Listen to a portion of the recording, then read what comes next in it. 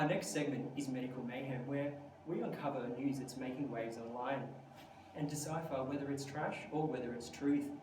This week, an article has surfaced that's causing quite the stir amongst burger-loving women.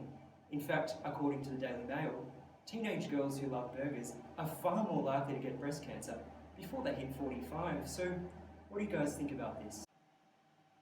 Well, having read the original research, the media article is making some pretty big claims that aren't really substantiated by the original research paper. Yeah, I think you're right, Barry, and the heading's a perfect example of this. It infers a very strong relationship between diet-induced inflammation and the incidence of premenopausal breast cancer in women. Yeah, this doesn't really reflect the cautious sentiment of the research article at all, which stated, "We observed an association between adolescent and early adulthood inflammatory dietary pattern." Yeah, and I think if you really break down that quote, it just doesn't sound very definitive at all. So this sensationalised presentation of the research is causing quite a lot of confusion out there. Now, Sinead from Campbelltown has just tweeted in, and she says that burgers are my life, what am I going to do? So Peter, is there really a cause here for Sinead's concern?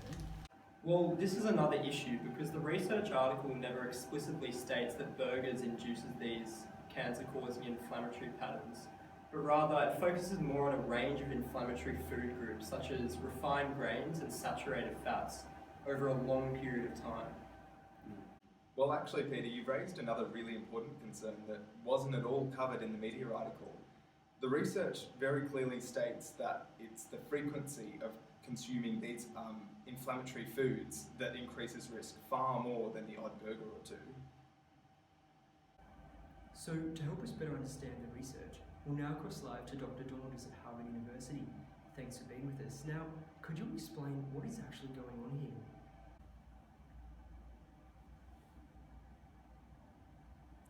Thanks for having me.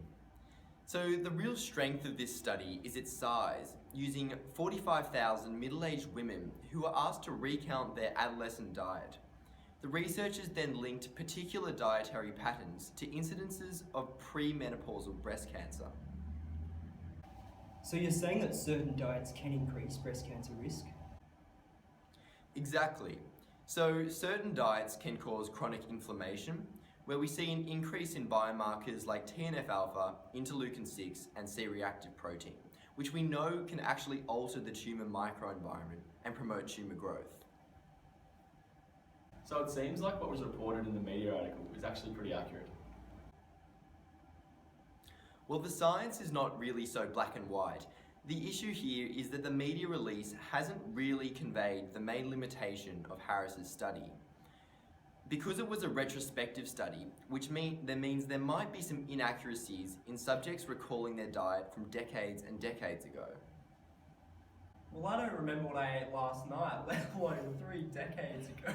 Yeah, That's so weird.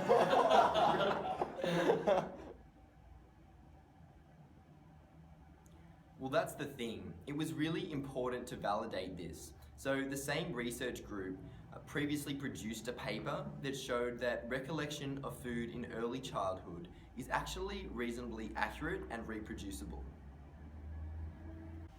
One last thing, Dr. Dawes. The media article says about 12% of women in the United States develop breast cancer in their lifetime.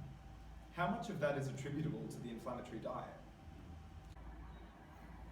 Look, Barry, I think the main thing to remember here is that breast cancer is influenced by a number of risk factors, and diet is just another piece of the puzzle. There are some other limitations of the study that further investigation can hopefully address and iron out. So thanks for joining us on the show today, Dr. Dawes. Thanks for having me. So, although there were some issues with the media article, they did present the scientific information in a very accessible way, and they also did acknowledge the limitations of the study further down towards the end.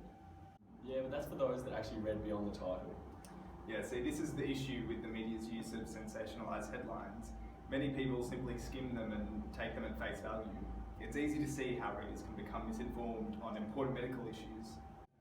Well, that's all we have time for at the moment, but stick around after the break where we discuss our next topic, ibises, the next play.